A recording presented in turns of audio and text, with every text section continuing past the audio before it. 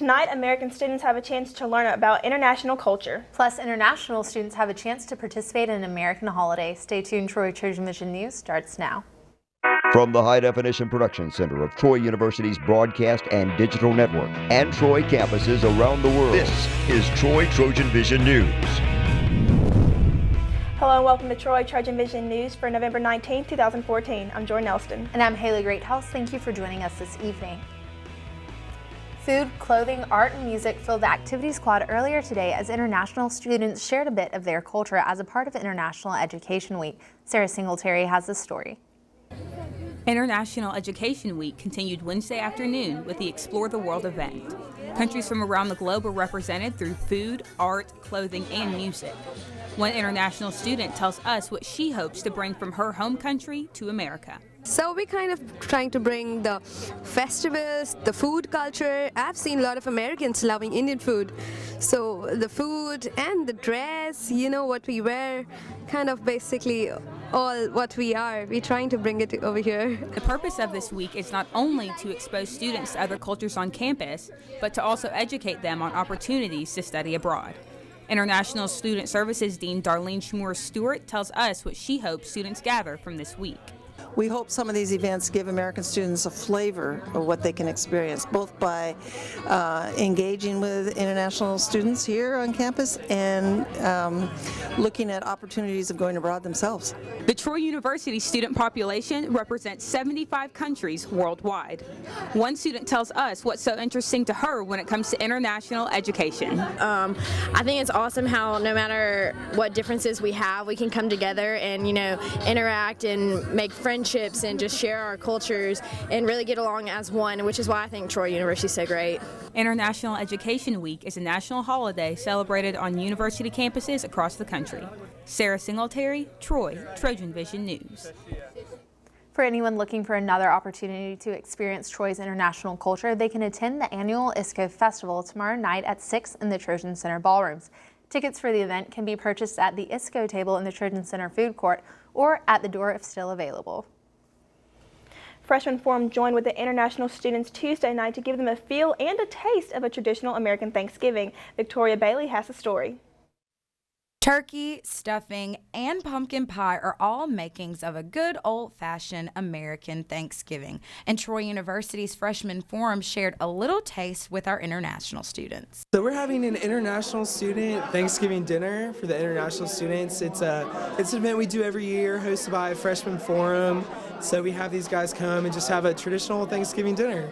And not only was there a traditional Thanksgiving meal, but Freshman Forum added a little something extra. We did a little skit tonight, which I thought was pretty fun, and essentially it was just the traditional story of Thanksgiving, the Pilgrims coming to America and the Indians. So hopefully the international students really enjoyed it and had some great food as well. One international student tells us exactly what she thought of Tuesday night's event. Wow, it's great. I'm so glad that I could be invited to attend the Thanksgiving dinner like that. This is my first experience to have Freshman Forum invited us, international students, to actually attend a Thanksgiving dinner, and we learned a lot. And this was the 19th Annual International Thanksgiving Dinner. I'm Victoria Bailey, Troy TrojanVision News. The next International Education Week activity will be a seminar on a Georgian perspective of the Ukrainian crisis tomorrow at 1 p.m. in 202 Patterson Hall. So far in our Trojan Profile series, we have met some individuals that most people in our viewing audience probably haven't heard of. However, today we are going to find out about the hidden talents of one of our Troy TrojanVision News anchors. Courtney Addison has the story. Dustin Allen is a senior broadcast journalism major at Troy University. Allen works as a reporter and anchor at Troy TrojanVision News. But what some of you might not know is there's a lot more to the man with the camera than you might think. In 2012, whenever I won Alabama's X Factor, and then Fox actually paid for me to go to the show, and that was really cool. It was the first time I had ever experienced a plane ride. I had a lot of success there, and it was really fun. It was a great experience and something that I'll remember forever. Alan started singing at the age of 4 years old, and he said music has always been his comfort zone. But he says when he's having a bad day, sometimes dancing it out is the best remedy.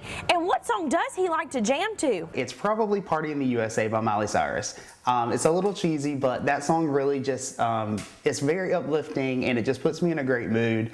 And I feel like that song in itself was actually made for people who just want to throw their hands up, and just have a good day and just forget about the nervousness or anything that's going on in your life.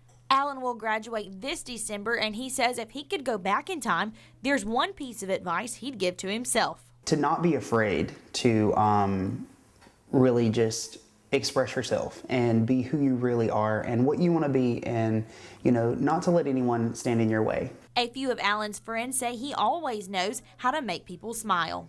Dustin's just one of those people that he can walk into a room and light it up. He's definitely one of those people that can make you laugh no matter what. Alan said he always strives to live in the moment. Courtney Addison, Troy, TrojanVision News. We will continue our Trojan Profile series tomorrow with a look at another TrojanVision anchor whose pageant aspirations have taken her to Miss Alabama. And now taking a look at news from around the state. A large fire on Birmingham's south side led to several overnight street closures as firefighters battled the blaze. The fire was reported just after 7 o'clock last night at the ADAC Community Counseling Center, housed in a large building on 14th Avenue South. The case of the fire is under investigation. Alabama Governor Robert Bentley has announced a pharmaceutical company will build a manufacturing plant in Birmingham. Bentley said yesterday that Oxford Pharmaceuticals is expected to open in 2016. The company manufactures generic drugs. Alabama cities rank poorly in an advocacy group's report measuring legal protection and inclusion for gays and lesbians. The Human Rights Campaign issued a report measuring more than 300 cities for legal protections, city policies, and inclusion efforts. Of the 5 Alabama cities included in the survey, Birmingham had the highest score at 9 points. Montgomery followed with 8 points. Still to come on Troy TrojanVision News, the men's basketball team is preparing for its next upcoming match. Amy Austin will have all the details when she joins us in sports. Plus, the Secret Service holds a meeting to discuss changes in the organization. We'll have that and more after the break. Lawmakers question the acting Secret Service director about recent security breaches and problems within the agency.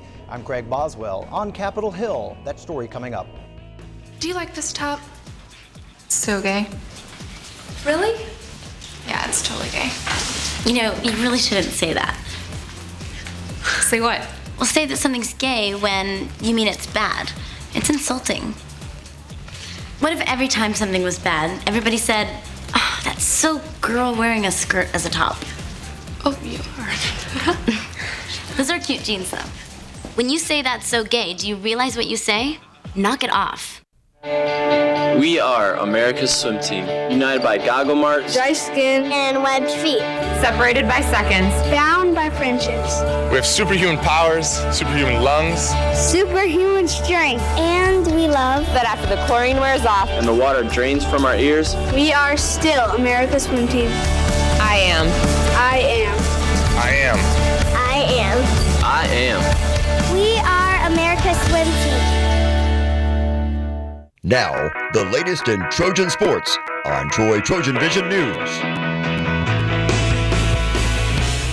The Troy men's basketball team has a split record as it won one game and took a loss in the second game against Ole Miss. With that loss, the team has found some weak points in both its offense and defense and knows what to fix in order to get better before facing SEC foe Georgia. And assistant coach Marcus Grant said the team has good players, but they need to improve on the errors they made. We have pretty good players that we can compete at a high level. Just got to cut down on the unforced errors. Had a lot of unforced errors last night, a lot of missed free throws. When you're playing a caliber team like that, there's not a lot of room for error. And like I said, we made too many mistakes last night. But we know we have the personnel to compete. We're encouraged by what we saw last night, and we're excited about the upcoming season. The men will head to Athens, Georgia to take on Georgia at 6 p.m. on Friday. After 2 games under their belts, the Troy women's basketball team is looking to improve throughout the week leading up to their next game. One focus for the Trojans during the offseason has been speeding up the tempo of the game, and head coach Chanda Rigby knows exactly how to prepare her team and what they need to work on. This week, we are going back to speeding the game up. Today, before we go into practice, we're going to watch film of teams that play fast. Then we're going to show them how we look when we play fast and how we look when we play slow, and show them how much better and how many more scoring opportunities we get when we push the ball. And then we're going right out on the floor and working on that. The women will play Southeastern Louisiana on Friday at noon in Trojan Arena.